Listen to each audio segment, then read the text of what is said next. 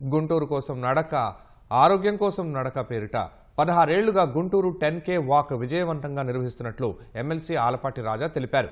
ఈ ఏడాది డ్రగ్స్ వద్దు బ్రో అనే ఈగిల్ టీం సంకల్పాన్ని జత చేసి 17వ గుంటూరు 10K రన్ నిర్వహించడం సంతోషంగా ఉందన్నారు.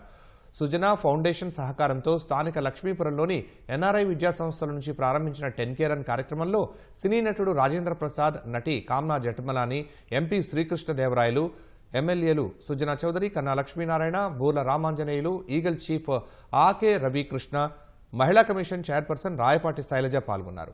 ఆరోగ్యం కోసం నడకను ప్రతి ఒక్కరూ తమ జీవితంలో భాగం చేసుకోవాలని, డ్రగ్స్, గంజాయి లాంటి మారక ద్రవ్యాలకు దూరంగా ఉండాలని వక్తలు సూచించారు.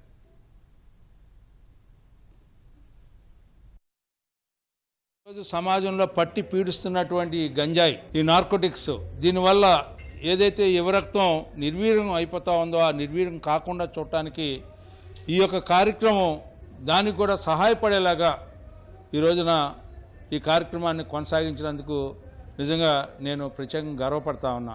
ప్రజలకి వినోదాన్ని, ఉల్లాసాన్ని, దీంతోపాటు ఫిట్నెస్ని, ఈ మూడింటిని కలిపి ఈ రోజున ప్రతి సంవత్సరం మొదటి నెలలో ఆఖరి వారంలో ఈ కార్యక్రమాన్ని కొనసాగిస్తున్నాం.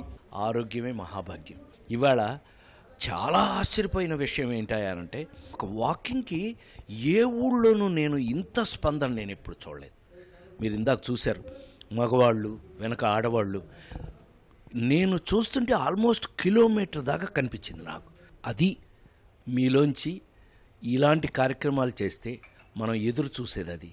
సో దయచేసి ఇప్పుడే కాదు, ఇవాళ మేమున్నామని మీరందరూ నడవటమే కాదు, మేము లేకపోయినా కూడా జీవితంలో మీరు నడకని కొనసాగించి మీ ఆరోగ్యాలను కాపాడుకుని మీరు జీవితం అంతా ఆరోగ్య ఐశ్వర్యాలతో పాటు ఆనందంతో కూడా ఉండాలని మనస్ఫూర్తిగా కోరుకుంటున్నాను.